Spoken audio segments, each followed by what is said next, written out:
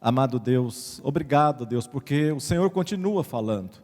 Ó Pai, durante aqueles 400 anos, ó Pai, entre Malaquias e João Batista, as pessoas talvez não conseguiram ouvir, discernir aquilo que o Senhor falava, ou mesmo o Senhor não falou durante aquele tempo, ó Pai, mas agora o Senhor está falando, a profusão da Tua voz, ó Pai, nas nossas vidas tem feito a diferença, tem nos ensinado, tem nos feito caminhar de uma maneira como o Senhor deseja, e nesta noite nós estamos aqui, porque nós entendemos que o Senhor tem uma palavra para nós, ó Deus, aos nossos corações nesta noite. Abençoa o Teu servo, ó Pai, pastor Alain, que estará ministrando esta palavra e que os nossos corações possam recebê-la da maneira que o Senhor deseja. Em nome de Jesus te agradecemos. Amém.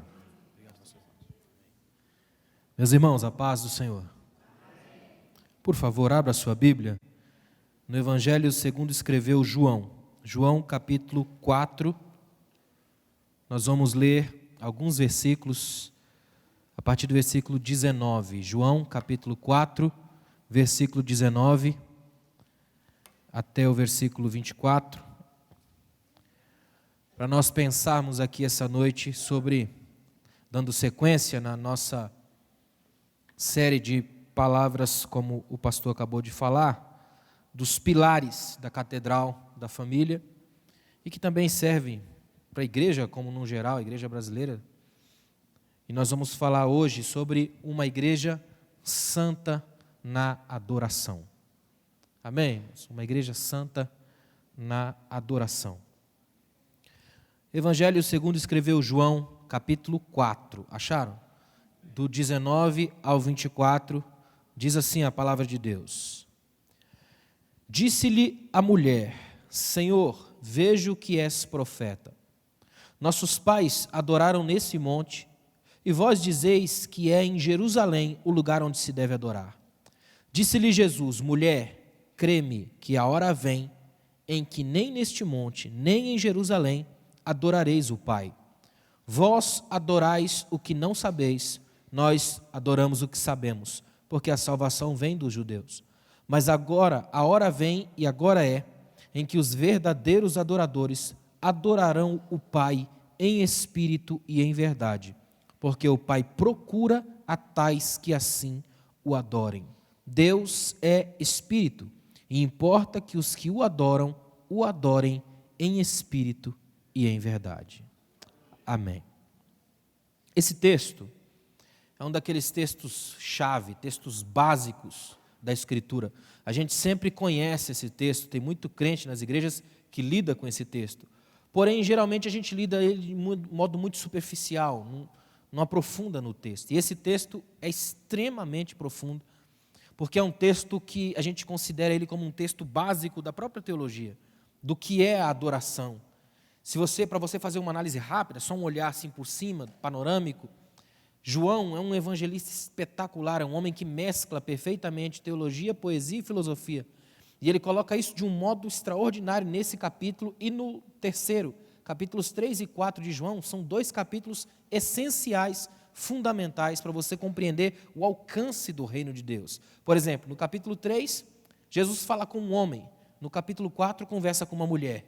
Porque o reino de Deus não tem a ver com o sexo, atinge todos. No capítulo 3, a lógica da conversa gira em torno do vento. No capítulo 4 já tem a ver com a água. O evangelho está em todos os lugares e acima de todos os elementos, acima até da natureza. No capítulo 3, o homem vai buscar Jesus de noite. A mulher no capítulo 4, meio-dia. O evangelho não tem hora, é em qualquer tempo, em qualquer lugar, em qualquer espaço. Capítulo 3, o homem tem nome. No capítulo 4, a mulher nem lembra mais o nome que tem. No capítulo 3, o homem é de alta sociedade. No capítulo 4, a mulher é de uma sociedade estranha, à margem. Capítulo 4, ele é príncipe Israel. Capítulo 3, no capítulo 4, é uma samaritana. O evangelho está acima de raça, credos. Ou seja, é um texto múltiplo, universal, que atinge todo mundo. Nós estamos aqui hoje por causa dessa proposta de uma adoração que não se enquadra em lógicas e em configurações estabelecidas. É uma adoração que atinge todo mundo. Aliás, o fato de estarmos aqui hoje, por si só, já garante para nós um motivo de adorar. Um escritor que eu gosto muito disse uma frase que é tremenda, ele diz assim, A gente fica na vida inteira buscando agradar a Deus e com a sensação de que não agradou como deveria. Mas a gente esquece que o desejo de agradar já o agrada. É, não é? O desejo de adorar já é adoração. Até porque aquilo que está em nós, que nasce como um fruto do Espírito, por si só já é um motivo de adoração. No texto que nós lemos, João registra o encontro de Jesus com a mulher samaritana no poço de Jacó. É um encontro belíssimo, cheio de complicações, de uma série de coisas. Nesse encontro, a mulher samaritana pergunta a Jesus onde adorar. É uma mulher com preocupações teológicas. Ela fala, eu conheço esse poço aqui, é o poço do qual bebeu nosso pai Jacó. Quando ela percebe que Jesus é alguém com um olhar teológico diferenciado, ela já qualifica ele como profeta. Só que interessante é que Jesus não profetiza nada bonito e legal para ela. Manda ela chamar o marido dela, ou seja, mexe na ferida, vai no caos. E por causa disso, ela o entende como profeta. Um entendimento bem diferente do de hoje. Geralmente, quando a gente olha um profeta hoje que mostra o pecado, a tentação é fugir dele. A de Jesus é o contrário. Quando ele absorveu, mostrou para ela, convidou o lado complicado do pecado, ela entendeu ele como um profeta. Então ela vai e diz assim, e aí, onde é que eu devo adorar? Jerusalém ou Gerizim? É como se a mulher estivesse dizendo assim, porque para mim está difícil a situação, o senhor não me conhece agora, mas em Jerusalém eu não posso entrar, em Gerizim não me cabe, porque eles não gostam de mim. Eu vou adorar onde? Onde deve adorar? Aí Jesus vai descortinar para ela uma das coisas mais incríveis da adoração, o alcance dela. Jesus vai dizer para ela, responder a ela, que a adoração não é uma questão de onde, mas de como e de quem adora. Jesus está dizendo, a preocupação não é com lugares estabelecidos, com reinos e técnicas aprendidas de geração em geração. A adoração não é uma coisa que você aprende na escola, não é matemática, 1 mais 1, desde que eu me entendo por gente, costuma dar 2. Adoração é o contrário. Adoração tem a ver com o meu coração em espírito e em verdade. E qual verdade? A verdade do Evangelho, acima de qualquer coisa. Deu para entender? Ou seja, a verdadeira adoração a Deus, ela é feita em espírito e em verdade, o texto diz isso, ou seja, é de todo o coração, mas também prescrita pela palavra de Deus, a verdade do Evangelho. A ideia que Jesus está dizendo para ela e para nós ainda hoje, precisa ser resgatada o tempo todo, que uma adoração, para ser genuína, tem que ser feita em espírito e em verdade. A gente vai entender isso mais para frente nessa nossa conversa aqui. Mas isso por si só já pontua algo que é fundamental. A adoração não é um show, que eu chego simplesmente e mostro talentos. Adoração também não tem a ver com uma espécie de melosidade sentimentalista, que eu escravizo as emoções dos irmãos. Em muitos lugares a gente tem a sensação de que a adoração é um esquema que a gente montou para fazer um jeito da igreja se amolecer no coração. Ela é mais sentimental do que espiritual, ela é sensitiva, ela é uma espiritualidade do arrepio, que atinge a pele, mas não desce ao coração. Então você fica na era da superficialidade, em águas rasas, sem entender que a adoração é um convite ao mergulho naquilo de mais profundo que existe, que é a mente e o caráter de Deus. Quando a gente entende isso, fica mais fácil, porque a gente percebe que a verdadeira adoração é um dos temas centrais das Escrituras. A idolatria, por exemplo, que é o oposto da adoração, é uma abominação para Deus, porque Deus é plenamente espiritual em sua essência. E sabe o que é a idolatria? Não é só quando eu levanto um ídolo aqui e diante dele me curvo. É quando esse homem se torna o ídolo que eu me curvo todos os dias. É quando a igreja, a placa, vira o ídolo. É quando o pastor vira o ídolo. É quando o meu filho vira um ídolo para mim.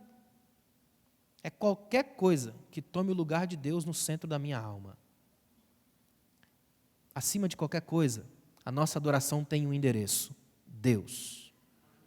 Toda adoração é feita para Ele, porque tudo vem dEle, por Ele e para Ele são todas as coisas. O pastor Carlos abriu aqui lendo o texto de João, no capítulo 1, quando João diz: todas as coisas foram feitas por meio dEle, e sem Ele nada do que foi feito se fez. É uma ponte perfeita com Colossenses, quando Paulo vai dizer a mesma coisa. Ele já estava lá antes da criação do mundo. Ou seja, nós não estamos aqui adorando porque Deus vai fazer algo. Estamos aqui adorando porque Ele já fez. Adoramos porque Ele já nos libertou. Adoramos porque Ele já nos tirou do Egito. Adoramos porque Ele está no céu antes da gente chegar na terra. E Ele vai continuar lá mesmo depois que a gente sair daqui. Porque a adoração nossa não é pelo que Deus está colocando em movimento, mas porque Deus está na história e em qualquer lugar que a gente for. Deu para entender? A mentalidade focada em Deus. Quando Jesus diz que Deus é Espírito, significa que Deus é invisível, intangível, é divino, ou seja, desconhecido para os seres humanos, a menos que Ele decida se revelar. E ainda bem que ele se revelou. Só que o movimento, o meio, através do qual Deus se revela é a sua palavra. É por isso que a gente tem hoje tanta falsa adoração em muitas igrejas. Porque quando você tenta chegar pela adoração, que não é pela via da palavra, que foi o meio pelo qual Deus se revelou, você vai criar atalhos para a espiritualidade. E aí está um grave perigo. Aí impera o reino do achismo, de que cada um diz uma coisa e ninguém sabe direito para onde vai. É a espiritualidade da feira, múltiplas possibilidades para comprar o mesmo produto que não tem originalidade.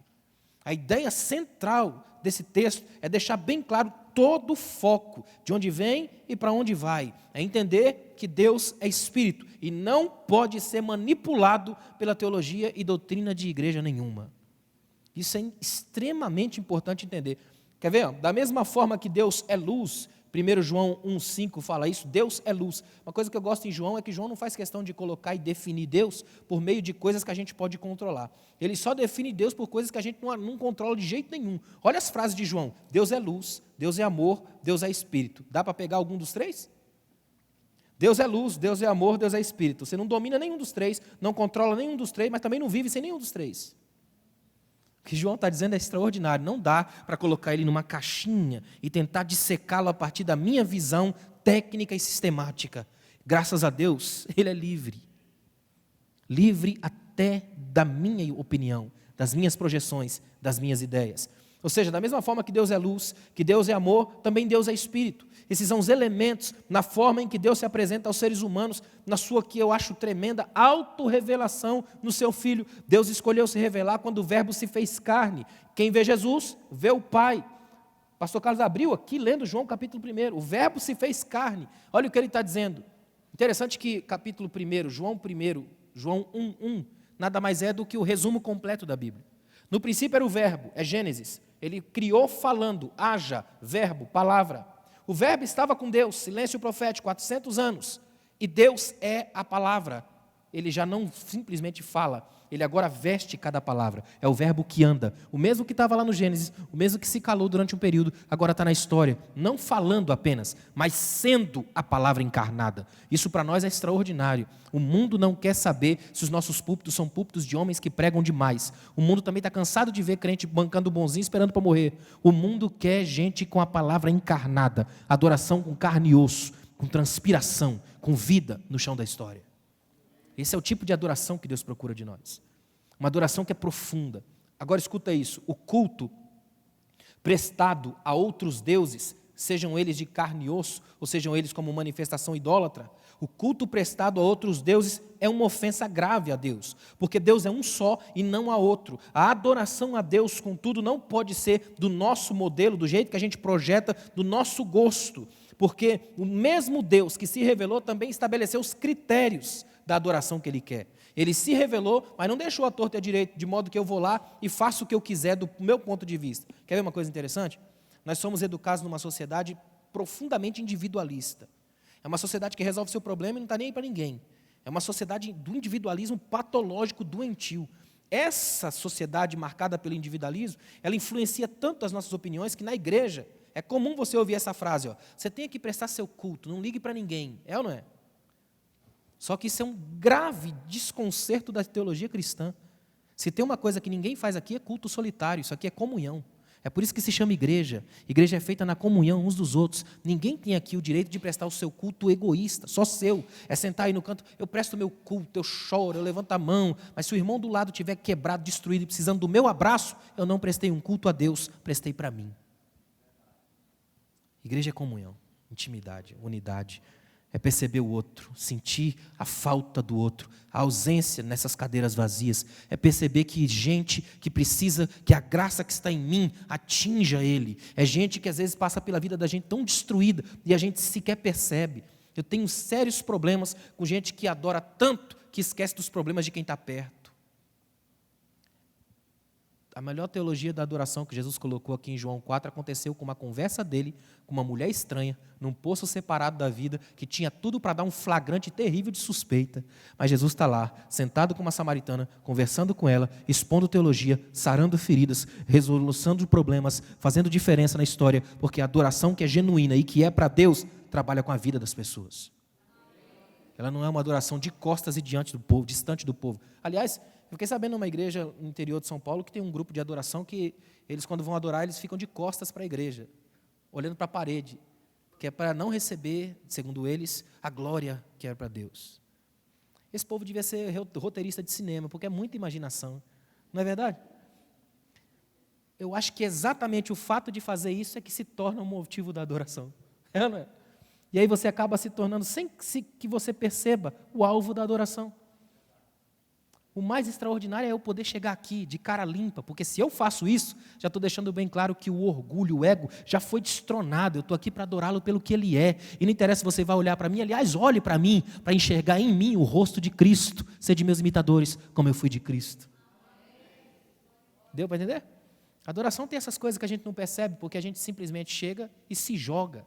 Só que tem muita coisa por trás. Jesus orientou a mulher samaritana que não é a volta ao judaísmo, que os samaritanos devem ser convertidos, não é para Jerusalém, nem deve ficar fazendo um monte de peregrinação para adorar, ou Jerusalém, ou Gerizim, porque em Jerusalém também não se achou adoradores verdadeiros. Ali, escuta isso aqui, ó, eles haviam transformado a casa do Pai numa casa de comércio. Os verdadeiros adoradores não podem ser identificados pela ligação com um santuário em particular, porque os verdadeiros adoradores são aqueles que adoram o Pai em espírito e em verdade. Olha o que Jesus disse para a mulher samaritana. Você está preocupada com um jeito estabelecido e técnico de adorar. Você está preocupada em cumprir um passaporte. Estou em Jerusalém, então estou na cidade santa. Até hoje tem isso. Terra santa. Não é? Você já percebeu que a Bíblia não trabalha com lugares santos? A Bíblia trabalha com a mentalidade santa. É isso que nós estamos fazendo aqui hoje. Uma igreja santa na adoração. Por que eu estou falando uma igreja santa na adoração? Porque eu quero que você entenda que quando a gente diz que a nossa igreja, Catedral da Família, é uma igreja santa na adoração, nós não estamos falando das paredes, porque essas paredes são apenas templo numa geografia de rua. Nós estamos falando desse povo que está aqui, gente santo na adoração. Quando a gente entende isso, a gente para de dizer, por exemplo, eu vou até a Santa Ceia. A ceia não é santo, santos somos nós. Nós estamos aqui para ser santos. Você já viu que a gente tem um problema sério com esse negócio de santidade? Não é à toa que até por herança católica a gente espera o cara morrer para transformar em santo, que a gente não consegue acreditar que alguém vivo é santo.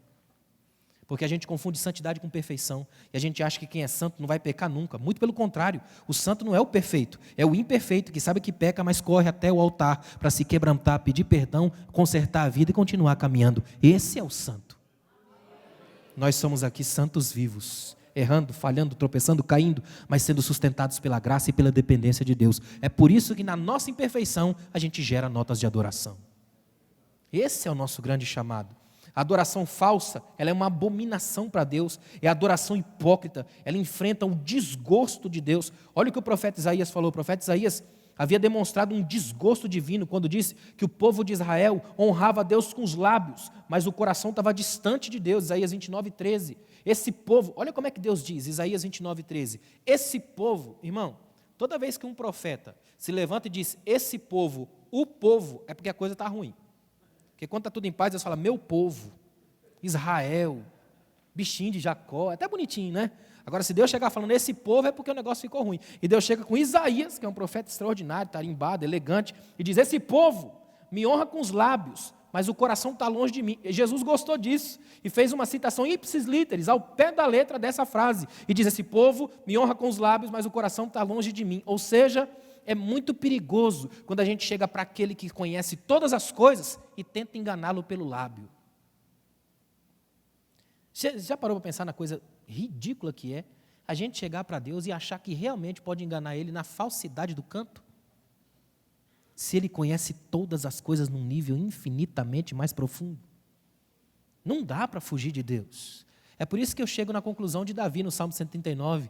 Sonda-me o Senhor, ó, sonda o Senhor em mim, vê aí o Senhor se há em mim algum caminho mau, porque eu já me perdi só de entrar aqui dentro. Olha o que Davi faz, ele começa a mergulhar dentro dele, ele fica maravilhado, ele fala coisas tremendas, o Senhor me formou de modo extraordinário no ventre da minha mãe, e à medida que ele vai avançando no entendimento, sabe o que ele percebe? Que à medida que ele avança no entendimento, ele vai ficando perverso. E chega no final, ele dá um brado, eu odeio qualquer um que não gosta do Senhor, e acha que isso é adoração, fez disso um salmo. Aí quando ele termina, que ele vê que ele está malzinho, tipo Bin Laden, pronto para matar em nome do sagrado, ele dá um pulo e diz, oh Deus, vê se há em mim algum caminho mau, ou seja, eu já me perdi aqui dentro, bastou eu achar que eu sou o melhor adorador de todos os tempos, eu estou armado para matar qualquer um que seja diferente de mim. Até hoje a gente corre esse risco, de achar que quem não adora do meu jeito também não faz parte da minha ideia. Ou Jerusalém ou Gerizim, fora disso não tem outra alternativa. E com Jesus tem sempre a alternativa dos honestos. Sempre, de quem quer adorar. Não interessa se é em Jerusalém ou se é em Gerizim. Amós, o profeta Amós vai na mesma linha, e ele foi contundente, quando ele, em nome de Deus, ele escreveu assim, ó, olha o que diz Amós 5, 21, 23, escuta isso aqui, ó. Olha o que Amós escreveu: aborreço e desprezo as vossas festas, e com as vossas assembleias solenes não tenho nenhum prazer. É como se Deus estivesse falando assim, ó, essas reuniões que vocês fazem aí solene, para mim é chatíssima. Eu não vou, não tenho prazer nenhum nisso. Imagina. E olha o que Deus diz: afasta de mim o estrépito dos teus cânticos, porque não ouvirei as melodias das tuas liras. Irmão, a primeira vez que eu me lembro que eu tive um impacto desse texto de Amós, eu fiquei profundamente preocupado. Eu estava fazendo algumas pesquisas para um livro sobre adoração, e isso mexeu demais comigo. Deus destacar um profeta, virar para o povo e falar: cansei desse som de vocês aí, baixa o volume, desliga essas guitarras, essas liras, para de tocar, olha para mim, cansei dos lábios de vocês. Essa reunião que vocês fazem aí solene, Deus faz questão de colocar reuniões solenes, aquela coisa que vocês fazem tudo certinho, ajeitado, todo mundo tem o jeito certo de cortar o animal, o fogo, tudo muito perfeito, as orações, a mão lavada, a roupa, a estola sacerdotal, vocês fazem tudo isso aí achando que está me agradando, é chato. Deus está falando, não tenho prazer nenhum nisso aí, nunca gostei disso. Você já parou para perguntar: oh Deus, o senhor está gostando do meu louvor? Já perguntou isso? Olha o que Paulo escreve em 1 Coríntios 13. Ainda que eu der meu corpo para ser queimado, se eu não tiver amor, é lata vazia, barulho vazio. Sabe qual é a nossa pergunta aqui hoje, essa noite? Deus, quando eu começo a cantar e adorar aqui, ó, como o Senhor escuta aí em cima? É barulho ou é voz? O Senhor ouve o meu cântico como um som que te agrada, ou um negócio chato que te faz levantar e falar: não dá? Você já esteve numa reunião que o negócio é chato? Eu tenho viajado muito, tem lugar que a gente vai, que a gente ora: Senhor, eu sei que o Teu Espírito faz lembrar, mas faz esses caras esquecer de mim. Não tem? Tem culto, um movimento assim que a gente vê que a coisa é solene, arrumadinha, certinha, mas Deus não está lá. E sabe por quê? Porque Deus habita onde há autenticidade. Deus é o Deus dos autênticos, dos originais. De gente que canta, que rasga a alma, que celebra, de gente que às vezes não está nem com, vamos dizer, condições de cantar, o coração está doído, a alma abatida, mas ele chega diante de Deus e diz: Senhor, eu nem sei como é que eu cheguei aqui, mas eu cheguei. A adoração genuína brota daí também. Está dando para entender? Uma igreja santa na adoração não é uma igreja que tem um modelo perfeito de adoração. Você não vai achar isso em lugar nenhum. Aliás, tem uma frase antiga que diz que no dia que você achar uma igreja perfeita, não entre. Não você acaba estragando ela, não é? Porque nós somos imperfeitos. A melhor coisa que tem é você andar devagar, calmamente, aprendendo nos erros e tropeços que a gente tem na vida. Ou seja, Deus é santo. Portanto, se Ele é santo e tudo que Ele faz por meio do Espírito, que também é santo, isso significa que Ele ama e precisa de uma igreja santa na adoração. Irmãos, nós não temos para onde fugir. Sede santos porque eu sou santo. O Espírito que Ele enviou é um Espírito santo. O cântico dos serafins que Isaías viu é: santo, santo, santo é o Senhor dos exércitos. Tudo em Deus tem a ver com santidade. Pedro avisou: sede santos porque eu sou santo. De ponta a ponta na Bíblia, a santidade de Deus é o centro de tudo. O santo dos santos já deixava bem claro, o superlativo, santo dos santos. Portanto, não há como trazer a Deus uma adoração que não seja pela via da santidade. Amém? Só que eu preciso fazer um parênteses aqui, olha para mim aqui, ó. Pelo amor de Jesus, santidade não tem a ver com caras e bocas, com roupa de crente e com jeitinho de crente. Santidade não tem a ver com isso. Sabe essa coisa, você já viu que tem gente que ele faz o estilo santo? Não tem o estilo santo? Eu me lembro da igreja da minha infância que era terrível. Tinha umas irmãs naquela época lá, que quando as irmãs avisavam assim: estou indo na casa da irmã Maria, eu e meu irmão fugia pela janela, que as mulheres eram terríveis. Graças a Deus a coisa evoluiu muito, né? A gente mudou muito a concepção, mas ainda tem em muitos lugares. Nesse Brasil mesmo tem lugares onde você vai que você não acredita, a sensação que você tem é que você voltou no tempo. Eu fui pregar recentemente, meses atrás, numa igreja aqui no Brasil, século 21, onde ainda sentam os homens de um lado, as mulheres do outro. E eles nem para pensar por quê. Sabe como é que surgiu isso? Porque no começo, quando a igreja chegou aqui, a Assembleia de Deus chegou no Brasil, pelos idos de 1911, por ali, as mulheres usavam aqueles chapéus imensos. Então ficava difícil para os homens atrás de uma mulher poder enxergar o culto. Então, para resolver o problema, as mulheres sentam de um lado, os homens do outro. Simples assim. E um problema social, de estética, virou uma ética, um pecado E ainda tem gente que pega isso como se isso fosse santidade. Teologias de alfaiate cabeleireiro, teologias policialescas de 007 divino, que são especialistas em captar o podre de todo mundo. A adoração nunca teve a ver com dedos em riste, tem a ver com mãos levantadas, face descoberta, e entender que o Espírito de Deus vasculha aquilo que não dá para maquiar, aquilo que está no íntimo, a verdade que a gente esconde de todo mundo. Vamos pensar alguma coisa aí rapidamente sobre a questão da igreja santa na adoração. É muito importante que eu vou falar a você, vou com calma que é para você entender bem. Primeiro, o que é adoração? É uma pergunta tão simples, mas a gente não para pensar nisso. Porque a principal missão da igreja é a adoração. Por que nós somos criados? O fim principal, a finalidade principal do homem é glorificar a Deus e gozá-lo para sempre. Esse é o chamado da igreja. A igreja existe para isso, adorar a Deus. Principalmente, não apenas no que a gente faz como canto, porque a adoração não tem a ver só com canto. A adoração tem a ver muito mais com o produto geral da vida. E é por causa da adoração na vida que o canto nasce, não é o contrário. Então é preciso entender plenamente isso, cabalmente, a adoração na vida. Mas pensa, o que é adoração? Jesus, ele tem uma espécie de didática divina que eu acho tremendo. Ele falou primeiramente, ele começou conversando com essa mulher, e eu gosto que Jesus foi primeiro pelo não, que é para ela poder perceber o que é a verdade. Então Jesus começa pelo que a adoração não é. E eu, como gosto de seguir Jesus, eu também vou começar por aí. O que a adoração não é? Interessante que a adoração, dá uma olhada no capítulo, mantenha a sua Bíblia aberta aí, João 4, mas dá uma olhada no versículo 20. João 4, versículo 20, olha só a conversa de Jesus, que é daqui dessa conversa que a gente vai tirar as ideias que a gente precisa aqui essa noite. João capítulo 4, versículo 20, olha o que a mulher fala. Nossos pais adoraram nesse monte, e vós dizeis que é em Jerusalém o lugar em que se deve adorar. Sabe o que Jesus deixa claro para nós nessa conversa aqui? E que essa mulher está vendo como adoração e Jesus acha que não é? Guarda bem o que eu vou dizer aqui. A adoração não é um produto que você encontra nos lugares sagrados. A adoração não é produto de lugares sagrados. Porque uma vez que nós estamos em Cristo e Ele está em nós, então todo lugar que a gente for é sagrado. Ou seja, eu não preciso e não devo de modo algum achar que no dia que eu descer e pisar na terra santa, a adoração vai ser mais santa. Eu já estive lá e estou do mesmo jeito, pecador igualzinho. Não faz o menor sentido. Essa mentalidade é a mentalidade de Naamã. Lembra de Naamã? Ele foi lá falar, dá um pouquinho de terra de Israel para eu levar lá para minha casa para orar no lugar da terra. Mentalidade idólatra. Tem muita gente com mentalidade idólatra, achando que ainda existem lugares sagrados. Não, eu vou na casa da fulana lá, porque a fulana lá tem um quartinho profético lá que é profundo. Ali o manto vai. Ali a coisa flui, né? Tem gente que acha realmente que tem mesmo aí tem sempre alguém que tem uma coisinha assim que ele consegue fazer um liga-desliga power divino. Não tem? A gente já não acha que tem gente que tem uma fiação especial com Deus?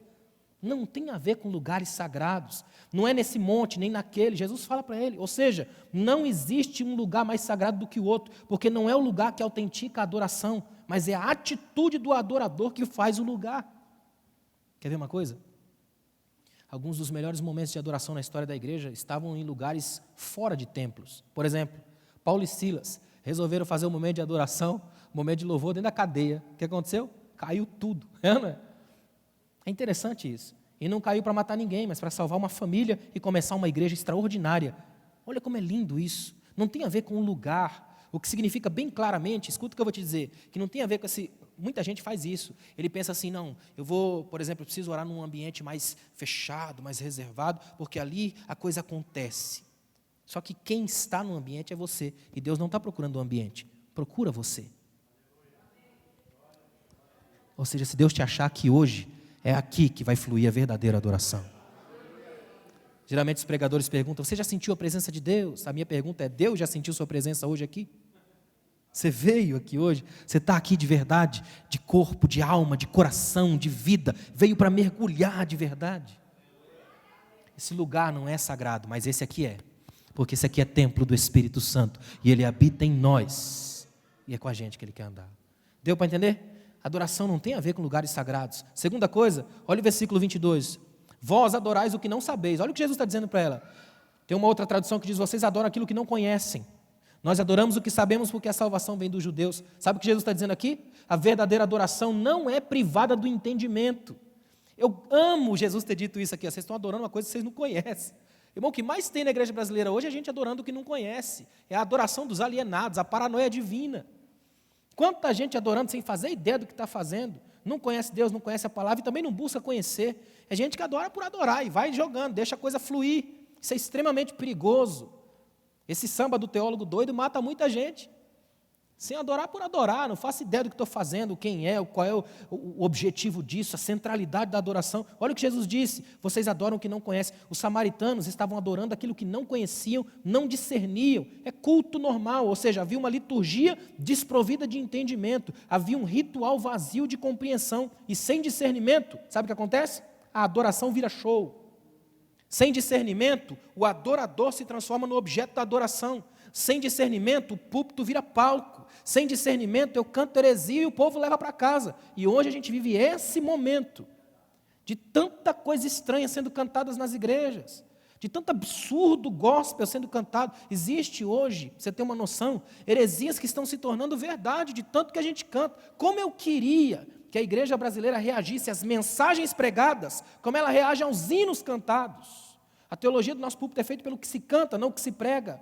Se alguém cantar uma heresia que hoje o povo gostar, vira doutrina no mesmo dia, ai de quem falar contra. A gente deve agir assim com a palavra, não apenas com aquilo que se canta, porque o que a gente canta, canta por causa da palavra. E eu não sou absolutamente contra nenhum tipo de música, eu sou músico.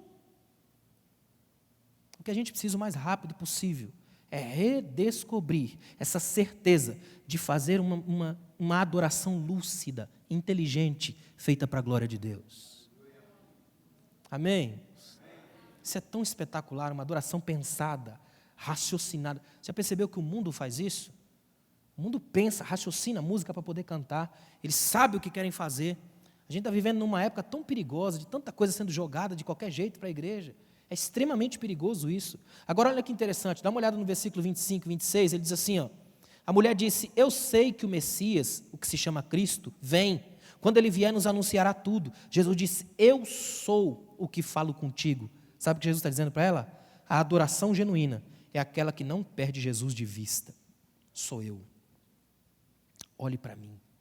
Interessante é que o que Jesus está falando com essa mulher aqui, irmãos, no meio da rua, nem com os discípulos ele falou ainda, eu sou o Messias. E para uma mulher samaritana, pecadora, ele fala para ela abertamente a verdade central da vida dele. Por quê? Porque antes ela abriu a verdade central da vida dela para ele. Ela disse, eu não tenho marido. É uma verdade suja, feia, que ela escondia de todo mundo. As mulheres não buscavam água meio-dia por causa do sol, mas ela vai lá meio-dia para fugir da conversa das outras mulheres, porque talvez não aguentasse mais ouvir as mulheres falarem dos múltiplos relacionamentos dela. E agora essa mulher chega e diz assim, ó, estou aqui, eu estou contando para o senhor que eu não tenho marido. Ou seja, quando ela jogou para ele a verdade suja da vida dela, ele trouxe para ela a verdade limpa da vida dele. Porque com Deus é na base da verdade. Você vem com as suas verdades horríveis, ele te devolve as verdades lindas dele. E aqui é que é o lugar da gente jogar as verdades para fora.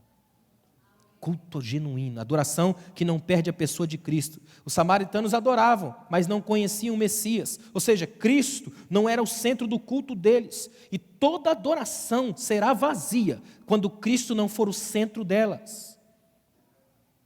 Toda adoração vai ser vazia se Cristo não for o centro. Uma coisa que me irrita profundamente é ver adorações que elas acabam se tornando, vamos dizer assim, elas são idolatrias disfarçadas de homenagem, né? Isso é extremamente perigoso. Nós estamos vendo uma era na igreja brasileira que é terrível, de gente cada vez mais endeusando líderes. Isso é mortal do ponto de vista da fé. A adoração cristã tem um foco, Cristo. Ele é o centro de tudo e de todos. O culto não é feito para agradar os homens. A música no culto não é um entretenimento ou enrolação para esperar o povo chegar. Quer ver um negócio mortal? Que Deus deve ficar irado. E a gente fala, vai cantando aí enquanto o povo chega. Isso nunca foi, nem vai ser adoração em lugar nenhum. É enrolação, movimento, é para dar quórum. É enquanto chega o grupo, é para encher a igreja. Quantas vezes eu já fui em igrejas que acontece isso? Demais. E vai cantando aí, canta mais um aí que o irmão está para chegar. O pregador vai chegar e o povo vai cantando e vai enrolando. Eu tive numa igreja esses dias que eu contei, cantaram 18 hinos. E eu conto, vocês sabem que eu sou detalhista, eu contei. Tanto que um grupo cantou o mesmo hino do outro lá, porque já também não tinha mais o que fazer, né? Cantaram nosso hino, a gente canta também, fazer o quê, né? E o povo vai cantando. Aí sabe o que é interessante? Na imensidão, no desespero do adorador, acaba não encontrando mais Jesus, perdeu Jesus de vista. Se até a mãe dele deixou ele para trás um dia, imagina a gente. Não é? Jesus não é um Deus que fica o tempo todo falando para você, estou aqui, olha para mim, lembra de mim. Não. Tem muita gente que tem uma relação com Deus como o asmático tem com o ar. Fica à procura do ar o tempo todo desesperado. Quem tem relação sincera com Deus é como a nossa relação comum com a respiração. Você nem percebe, mas está fazendo isso. E no dia que parar de fazer, morre. A relação que você tem original com Deus é essa relação profunda, íntima, que não precisa ficar o tempo todo com um adesivo divino fazendo você olhar, nem com banners de entretenimento. Você sabe que Ele está com você em qualquer tempo, em qualquer história, em qualquer dia, na madrugada fria, na noite complicada, no dia chuvoso, na angústia da vida. Ele está com você em todo tempo, e em todo tempo você se mantém fiel. Essa adoração genuína. Ou seja, o culto não é para agradar os homens. A verdadeira música que vem é do céu e é endereçada ao céu. Então Jesus deixa bem claro para a mulher, a verdadeira adoração não tem a ver com lugares onde você adora, não tem a ver com o seu jeito ou com a pessoa que você é, não tem a ver simplesmente com fugir de Cristo para estabelecer seu pequeno reino. Então, do ponto de vista de Jesus, o que é adoração? Olha o versículo 24, olha o que Jesus diz: Deus é Espírito, e importa que os que o adorem em Espírito e em verdade. Sabe o que Jesus está dizendo? A verdadeira adoração é bíblica, porque Deus, como sendo Espírito, você não vai encontrar por aí, Ele se revela na palavra. Então, se você quiser fazer uma adoração genuína, ela precisa ser bíblica. Aliás, escuta o que eu vou te dizer, o nosso culto será bíblico ou será idólatra, não tem outra opção. Ou ele é um culto bíblico ou ele é um culto idólatra, ou levantamos um altar aqui para Deus ou levantamos um altar para nós mesmos. Isso é extremamente importante. Deus não se impressiona com a pompa, Ele busca a verdade do íntimo. Uma adoração com base bíblica é aquela adoração que se enraiza na palavra. Ela canta a palavra, ela deixa a palavra gerar no seu coração as bases genuínas do seu louvor. Ou seja, a boca vai falar do que o coração está cheio. Agora, quando a adoração não é bíblica, olha o que ela gera: achismo, inovação, imaginação, sugestionamentos, heresias. Sabe aquela coisa assim, não está na Bíblia, mas eu acho que é assim. Né? Ou pior ainda, como gente diz assim, faz por ti que eu te ajudarei, está lá na Bíblia. No livro de Heresiastes por ali. Né? Há muita gente criando, cada dia que passa tentando criar alguma coisa para colocar no meio, para dar aquela pompa, aquela subida, o upgrade da coisa. Não existe. A adoração é bíblica, e sendo bíblica basta. Sendo bíblica basta. Para mim, se não tivesse nenhuma pregação aqui hoje, mas tivesse alguém que só lesse os textos bíblicos, já está bom para a minha alma. Já alimenta a alma da gente. Palavra. É isso que faz a adoração. Quer ver mais uma coisa? A adoração precisa ser sincera. Olha o que Jesus falou para a mulher. Ele é Espírito, e importa que aqueles que o adorem em Espírito e em verdade. Ou seja, ela precisa ser uma adoração no Espírito, em Espírito, de todo o coração. Ela precisa ter fervor. Não é um culto frio, árido, seco, vazio, cansado, sem vida. Santidade é algo que se experimenta na vida, porque Deus é Deus de vivos. A adoração é uma contemplação da glória e da majestade de Deus, e isso gera vida. Irmãos, pelo amor de Deus, a nossa adoração tem que ser uma adoração viva. O que significa isso? Que a pessoa que passa aqui, que entra na igreja, precisa saber que nós estamos lidando com um Deus vivo. Tem umas cenas nas igrejas que é um absurdo. Esses dias eu vi uma moça cantando numa igreja que eu fui, e a letra do hino maravilhosa falava sobre a vitória da cruz, o quanto a cruz dominou o pecado, acabou com a hegemonia do pecado. Mas você olhava para a cara da moça cantando, a sensação que você tinha é que a cruz perdeu, quebrou no meio. Sabe aquela... Eu fiquei pensando, meu Deus... Eu acho que a pessoa sequer parou para ler a letra do hino e pensar, e foi cantando assim, triste, angustiada, pesada, mãozinha cruzada aqui no peito. Eu falei, ela vai cair, quer ver? Vai dormir. No meio do hino ela vai dormir, a cruz quebrou, foi angustiante. Sabe que você fica com aquela sensação, termina logo o hino, né? Não tem umas coisas ruins assim? E a gente acha que isso é adoração. O extremo oposto também é verdadeiro. Tem gente que faz aquela culto no meio. Depois o cara desce, senta lá morto no canto, não fala mais com ninguém, some. Ou então pega a guitarra e vai lá para fora. Como se isso fosse apenas um momento. Isso do ponto de vista da adoração cantada. O problema é quando porque a adoração abrange tudo. São orações que a gente faz por fazer. O simples fato de você sair de casa emburrado, injuriado, porque tem que vir, já acabou com a sua adoração. A adoração tem a ver com um trajeto. Na sua Bíblia tem um grupo de salmos, são 14 salmos, que são os cânticos de degrau, cânticos de subidas. Era o caminho do viajante até a adoração, andando e cantando, fazendo a vida acontecer enquanto se anda. Adoração do caminho. Como é extraordinário isso. Adoração genuína. Quer ver uma coisa? Não dá assim uma certa inveja na gente quando a gente vê aqueles vídeos dos irmãos lá na África adorando. O pastor Rondon foi missionário lá, pastor Natália. Imagina, a adoração flui. Aí a gente fala assim, mas isso é porque é a cultura deles. Só que a adoração não tem a ver com uma cultura, tem a ver com a cultura do reino. E a cultura do reino está instaurada em tudo. Ainda que a gente não tenha o pique deles, tem que ter a mesma autenticidade. Eu fico imaginando o que será 1 minuto de adoração no céu. Tenta imaginar um africano ao lado de uma japonesa, com aquele jeito de geisha, do lado de um chinês, do lado de um brasileiro, de mãos dadas, adorando e cantando santo, santo, santo, é o Senhor dos exércitos, a terra inteira está cheia da sua glória. Não há nada mais extraordinário do que isso. Um Deus que reconhece cada ponto da cultura, mas está sobre ela. Amém? A partir dessa exposição de Jesus sobre a adoração, a gente consegue extrair alguns princípios para entender uma igreja santa na adoração. Primeira coisa, o adorador precisa entender que a sua vida é a vida da sua adoração. A vida do adorador é a vida da adoração. O que significa que se houver vida no nosso culto aqui, vai haver culto na nossa vida lá fora. É a vida do adorador. Ou seja, Deus não está procurando adoração, Deus está procurando adoradores que o adorem em espírito e em verdade. A prática da adoração vai ser enraizada na vida do adorador. A adoração jamais deve ser divorciada da pessoa do adorador. Notem que Deus rejeitou Caim primeiro, antes de rejeitar a sua oferta. Primeiro a pessoa, depois o produto da adoração. Ou seja, se a vida não estiver certa com Deus, o culto vai ser uma ofensa a Deus.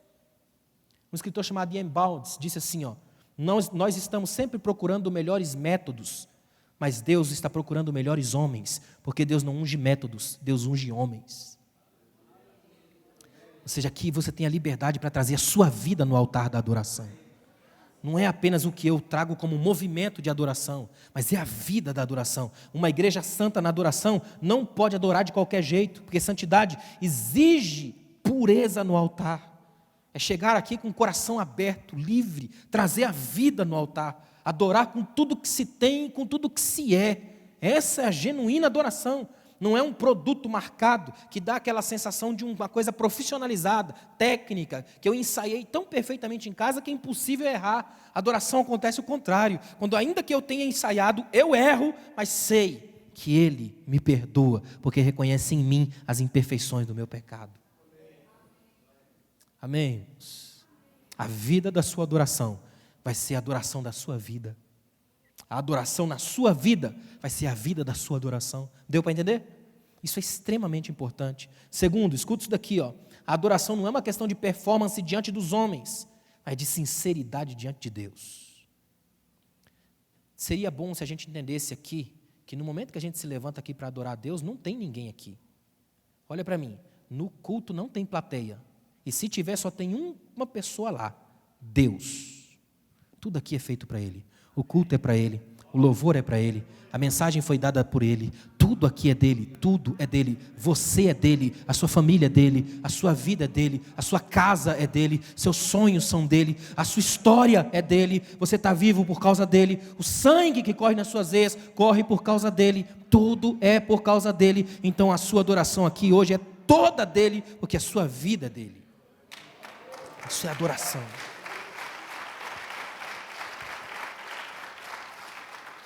Lembra que eu te falei que Isaías falou em 29:13, esse povo me honra com os lábios, mas o coração está longe de mim?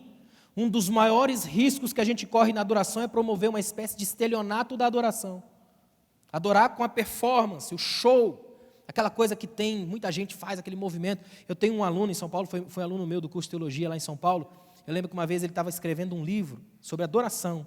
E aí ele falou para mim assim, eu estou preocupado, cara, porque o pastor me falou para eu fazer a adoração domingo à noite na igreja, e eu estou pensando assim, como é que eu faço para levar a igreja em adoração? Eu falei, a igreja você pode deixar aí, não precisa levar ela para lugar nenhum. Ela já tem um noivo, não é? e você faz parte dela, você não precisa levar a igreja para lugar nenhum. O que você precisa é subir lá e fazer o seu, livre, e dizendo para essa igreja, juntos, em comunhão, eu e você, imperfeitos, geramos uma adoração perfeita a Deus. Essa é a adoração perfeita, genuína. Uma adoração que se faz assim, no encontro, na comunhão, no abraço com os irmãos. Ou seja, eu não preciso levar você para lugar nenhum, precisamos ir juntos, no abraço de Deus, na alegria da adoração, genuíno, louvor genuíno a Deus, aquela bênção, aquela coisa que mexe no fundo da alma. Olha, se tem uma coisa boa de viajar bastante, é que você tem acesso a muita gente, várias igrejas, tem lugares onde a gente vai que, às vezes você tem assim uma coisa até pequena, tímida, um violãozinho só e um irmão, mas é algo tão honesto, tão profundo, que mexe tão tremendamente com a gente. Já tem lugares que a gente vai que tem uma produção extraordinária. Eu preguei no Carnaval em Belo Horizonte, num grande congresso de jovens, uma produção muito boa, um som de primeira, tudo, mas a alegria, o jeito como aqueles jovens cantaram, arrepiava a gente, dava vontade de ficar ali, de não sair mais. Ou seja, com produção, sem produção, o que Deus quer não é a performance, mas a pessoa por trás daquilo. Deus hoje está interessado em você. Ele não unge seus talentos, Ele unge você. Amém? Quer ver uma coisa interessante? Deus é o Deus dos autênticos. Os filhos do sacerdote Eli, lá na Bíblia, Ofni e Finéias, a Bíblia diz que eles trouxeram a Arca da Aliança, que é um símbolo da presença de Deus, para o acampamento no meio de uma guerra. A lógica deles é a seguinte, vamos levar Deus para a guerra, que Deus vai ajudar a gente. Sabe o que aconteceu? O povo foi derrotado. E foi uma guerra feia, e perderam feio. Mesmo com a arca lá, cantando e tal. Por quê? Porque estavam vivendo em pecado. E Deus não está nem aí com performance. Ele quer você livre, puro, com desejo de adorá-lo e não de instrumentalizá-lo para aquilo que você quer. Não é possível usar Deus, mas é perfeitamente possível ser usado por Deus. Amós profetizou, aborreço, despreza as vossas festas. Lembra que eu falei? Uma igreja santa na adoração precisa se manter limpa para o amado. Precisa entender de uma vez por todas que por mais bonito e aparatos que a gente tenha e deve ter, isso não pode nos colocar num nível de patamar mais alto na adoração. Muito pelo contrário. Aliás, é bom a gente parar e pensar nisso. Tem muitos lugares onde a gente vai por aí, que tem toda uma preparação, toda uma coisa extraordinária, mas a sensação que eu tenho é que nem Deus chega mais perto, porque Ele não entra no script. Já viu quando a gente faz um culto tão certinho assim, que a gente fala, a gente ainda tem coragem de dizer assim, Deus dirige o nosso culto. Será, irmãos? Aí de vez em quando acontece algo extraordinário, a gente sai lá fora assustado e diz, meu Deus, o que aconteceu lá? O Espírito Santo fala, hoje eu dirigi, hoje eu estava na condução, hoje eu estava no controle. Você está aqui essa noite, sabe por quê? Porque Deus ainda permite o acesso à sala da sua adoração. Nós ainda estamos livres, não porque a gente tem alguma coisa para dar, mas porque Ele já deu tudo por nós e em nós. Terceira coisa, escuta isso aqui, ó. Adoração não é fuga da vida. É muito importante entender isso. A adoração não tem a ver com fugir da vida. Ou seja, culto sem conexão com a vida diária é só entretenimento espiritual. O apóstolo Paulo vai dizer que o culto racional, ou seja, isso não é apenas um tempo de cântico que a gente tem na igreja, mas é a oferta do corpo, na dinâmica da vida. Oferecer tudo a Deus. Não tem a ver com fugir da vida. Sabe, tem gente que pensa assim, não, quando eu chego na igreja, eu preciso de um tempo para desintoxicar. Aí eu entro e tal, e faço um movimento, choro, oro, disfarçadamente para que ninguém veja, eu faço o sinalzinho da cruz. Eu fico santificado. Agora eu vou adorar. Ou seja, o que você fez até esse momento não era adoração? No momento que você está lá na sua casa, sua vida normal, Deus também espera adoração lá. No dia a dia comum, normal. Você quer ver uma coisa que é tremenda? Poucas coisas são mais impactantes para um filho do que perceber momentos de adoração dos pais em casa. Uma das melhores lembranças da minha infância é minha mãe chorando às vezes e orando sozinha enquanto fazia comida. Ela entendeu que a cozinha dela também era um ambiente de adoração. Transforme a sua casa em ambientes de adoração, lugares sagrados para Deus. Qualquer lugar. O profeta Jeremias denunciou o perigo de uma reforma externa sem uma transformação interna e a falsa confiança no templo, no culto, na liturgia. Jeremias fala disso, lá pelo capítulo 7, bate pesado nisso. Jesus, nas parábolas dele, ele sempre usou elementos da vida comum. Por exemplo, na parábola do grão de mostarda, o reino do céu para Jesus ali tem cheiro de terra, de vida enraizada. Ou seja, em vez de uma vida alienada no mundo, Eu coloquei aqui, na vida cristã, a gente precisa de uma fé enraizada na vida que nos cerca, na cultura, nas relações, na política, nas contingências, porque o reino de Deus não é fuga da vida, é uma fé enraizada, é isso que deve ser a fé cristã genuína, conectada com tudo que nos cerca, os problemas, as nossas angústias, as crises que a gente tem, ou seja, as nossas preocupações, os problemas que a gente passa com salário, com crise. Eu li esses dias que um pastor perguntou para uma irmã assim: a irmã tem medo do fim do mundo? Não, pastor, tenho medo do fim do mês. Adoração tem a ver com isso, com movimentos enraizados na vida. Ou seja, quando a gente não entende isso, sabe o que faz? A gente cria uma fuga da vida e faz de Deus uma espécie de quebra-galhos divino, resolução de problemas o tempo todo, como se Deus fosse o tempo todo o supremo empregado, faz de tudo divino.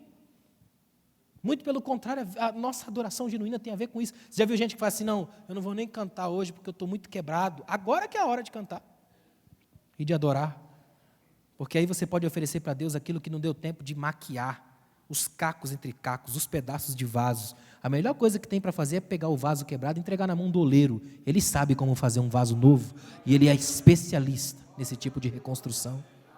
Reconstrói caráter, reconstrói a alma, reconstrói a mente. A Bíblia diz sobre Deus que a terra é o descanso dos seus pés, ou seja, até Deus tem os pés no chão, só crente alienado quer ir embora daqui, não é? O mais rápido possível, que quer viver uma vida que não tem conexão com a terra, uma coisa estranha. Já viu aqueles crentes que falam assim: não, eu não sou do mundo? É um fantasma gospel.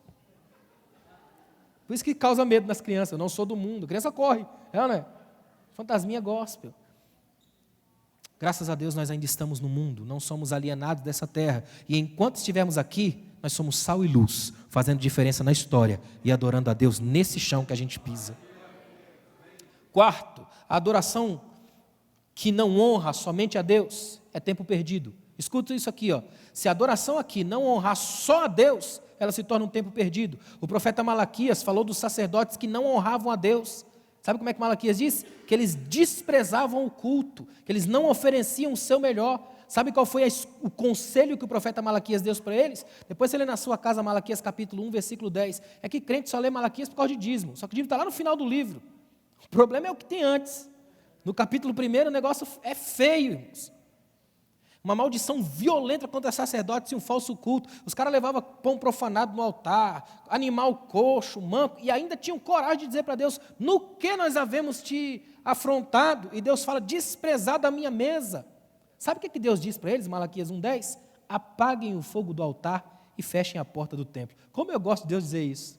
Imagina, olha só o que Deus diz: não gostei do cântico de vocês, a reunião de vocês é chata, vamos fazer o seguinte: fecha a porta, apaga o fogo e vai para casa. Deus tem coragem de fazer umas coisas que eu não tenho coragem. O que a gente diria? Não, Senhor, deixa aberto aí, vamos fluir, a coisa vai pegar no tranco. Deus fala: não, fecha a porta, vai embora para casa, é melhor vocês apagar o fogo aqui agora. Como eu gosto dessa cena: apaga o fogo, fecha a porta, vai para casa. Eu não quero cultos chatos, eu quero que vocês estejam aqui por privilégio, porque amam, porque querem fazer para a minha glória, porque estão aqui para me oferecer o melhor que vier de vocês, ainda que esse melhor seja sofrido, doído, mas oferece para mim, traz de verdade, coloca a verdade no altar. Verdade no altar.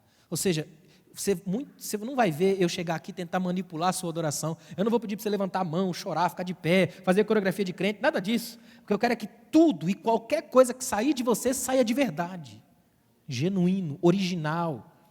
É tão interessante isso. Eles estavam perdendo tempo. Ou seja, a quem que nós estamos honrando quando cultuamos a Deus? A nós ou a Deus? Uma das maiores tragédias da igreja do século XXI é a maldição do personalismo. Gente adorando gente. Adoração disfarçada de homenagem. Aliás, é bom ter cuidado com isso, porque Deus não divide sua glória com ninguém. Os pregadores puritanos tinham uma frase que eu acho tremenda: se insistirmos na nossa glória, Deus retirará a sua. Se a gente insiste na nossa glória, Deus sai. Não tem como. Toda vez que Israel insistiu demais na sua glória, Deus saiu de cena. Agora, quando a gente insiste na glória dele, ele vem.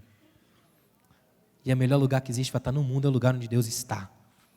E se Deus está aqui hoje, é para Ele que a gente deve adorar o melhor que a gente puder, a mais perfeita adoração, aquela que é honesta, verdadeira e genuína. Para terminar, A adoração não pode perder a consciência da santidade de Deus. Uma igreja que é santa na adoração é uma igreja que tem a consciência da santidade de Deus. Ou seja, o adorador precisa arder no altar da santidade. Ele precisa estar iluminado pela verdade e inflamado pelo zelo do Senhor. Ele precisa compreender que adorar é estar face a face com Deus. É o verbo grego adoração proskineo, significa ajoelhar face a face, mostrar o rosto para Deus. O adorador está lidando com o sublime, portanto ele não pode ser apenas um item da agenda apertada do culto, não pode confundir a adoração com a liturgia. Adoração sem paixão, sem calor, sem entusiasmo, não pode ser adoração. Você está diante de um Deus que é profundo, que é sublime, então esse senso de quebrantamento e admiração tem que ser original, genuíno. Eu fico imaginando o que aconteceria conosco se apenas por 1 milésimo de segundo a gente conseguisse realmente ver um pouco da glória de Deus. Mudaria a nossa vida para sempre. Tem um pregador puritano que dizia assim, você pode passar a vida inteira aqui na terra, nos melhores prazeres e banquetes do mundo, mas se morrer sem salvação, 1 minuto no inferno te fará esquecer tudo de bom que já viveu aqui. Mas você pode passar a vida inteira aqui sofrendo angústias e crises, mas vivendo para Deus. 1 segundo na glória valerá a pena todas as lágrimas derramadas aqui. Nós estamos diante da santidade de Deus. Quer ver uma coisa interessante? O adorador, ele vem dos santos, para a presença do povo. Ele já sai do encontro com Deus para lidar com o povo. Ou seja, o rosto dele deve resplandecer, a alma está em chamas, o louvor deve ser um aroma suave. Uma igreja que é santa na adoração é aquela que está eternamente fazendo parte do coro dos serafins. Santo, santo, santo é o Senhor dos exércitos, a terra inteira está cheia da sua glória. Quer ver que nas cartas de Paulo, Pedro, o finalzinho da carta era sempre um motivo de louvor? A ele glória. Pedro, quando termina a sua carta, sabe como ele termina? Ele termina dizendo assim, cresçam na graça e no conhecimento de nosso Senhor e Salvador Jesus Cristo. A ele glória para os séculos dos séculos. Amém. Esse é o melhor jeito de fechar uma vida no altar da adoração. O que é uma igreja santa na adoração? É uma igreja de comunhão genuína. É uma igreja que fala a verdade, anda na verdade, embasada na palavra. E acima de qualquer coisa, é uma igreja que não se importa com a performance nem com o show. Porque ela não está aqui para aplaudir, ela está aqui para adorar. Nós não estamos aqui para prestar um culto todo cheio de perfeição, mas para o qual Deus acha chato, manda apagar o fogo, fechar a porta e vazar. Nós estamos aqui para uma adoração que nem a gente gosta muito, mas Deus se percebe nela, então honra aquilo que a gente faz. Fique em pé, por favor, eu quero orar com você. Esses dias eu estava vendo uma cena na Bíblia que me chamou tanta atenção. A Bíblia diz que Jesus chega no templo, vira as mesas dos cambistas que estavam destruindo a casa de Deus. Olha o que Deus faz. Jesus faz um chicote de cordas, vira a mesa, expulsa os cambistas, faz um barulhão imenso. Mas sabe o que a Bíblia diz? Que levavam a ele no templo, os coxos, os cegos, e ele os curava. Olha que tremendo. O texto está dizendo assim, quando você vier ao templo, não vem pelo que você compra ou vende aqui dentro, não vem pelos aparatos que funcionam no templo, vem por causa dele, porque é ele que abre a visão, é ele que faz andar, é ele o centro de tudo e o centro de todos. Quem é o Senhor da sua vida? Diante de quem você se curva? Qual é a genuína adoração que brota do seu coração? Adoração de vida, de alma, de verdade. Há um tempo atrás eu fiz uma pesquisa grande sobre adoração para um livro que eu estava escrevendo. E eu me lembro que, falando com muitos irmãos sobre isso, sobre a questão da adoração, uma coisa me chamou muita atenção. Você já foi numa igreja que tem nos primeiros bancos uma ala reservada para aqueles irmãos que não falam e tem a linguagem de sinais? Já foi? Para observar a adoração daquele pessoal. Tem uma coisa que eu amo, é chegar na igreja e ver aqueles irmãos adorando. Tudo aquilo que a gente tenta cantar, tenta expor, tenta ter uma voz melhor do que o outro, uma técnica melhor do que o outro, abusando às vezes de melismas e tudo mais, eles estão só nos dedos. Mas isso flui com uma alma. Sabe por quê? Nada que você produzir aqui vai chegar a 1% da beleza que Deus já tem na glória. Então, se ele resolveu ouvir e receber a sua adoração, é porque a graça permitiu que a sua imperfeição conseguisse ter acesso à perfeição das perfeições. É milagre poder adorar.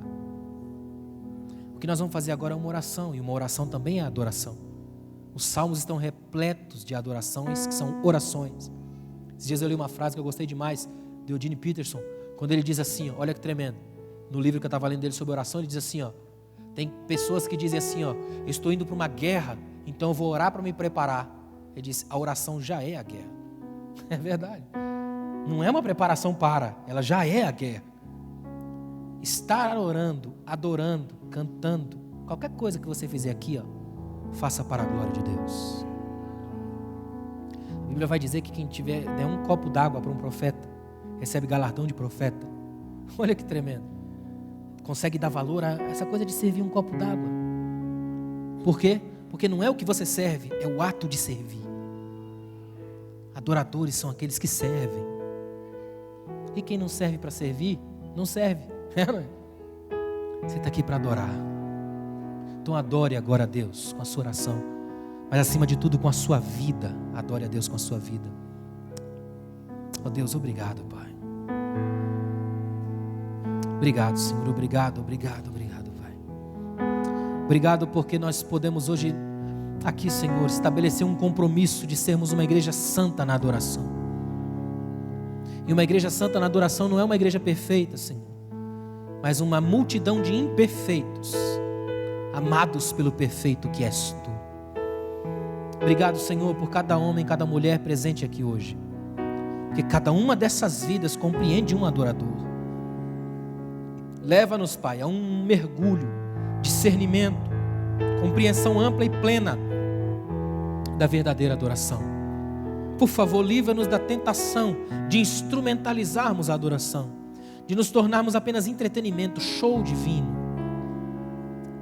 Que a gente não precise apagar o fogo, fechar a porta e ir para casa, mas que o coração esteja em chamas, para que o mundo saiba, pelo brilho dos nossos olhos, que o céu nos habita. Obrigado, Senhor. Em nome de Jesus. Amém. Obrigado, pastor.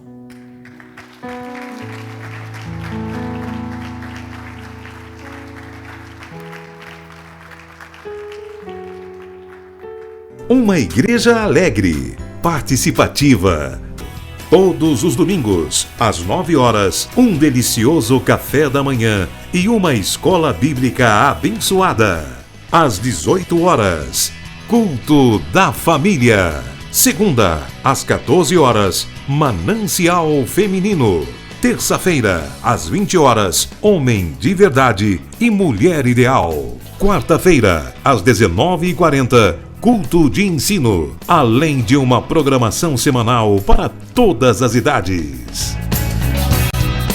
O nosso sonho é expandir o reino de Deus e chegar a todas as nações do planeta Terra. E eu quero convidar você a fazer parte desse grande projeto que com certeza Deus vai te abençoar. Catedral da Família.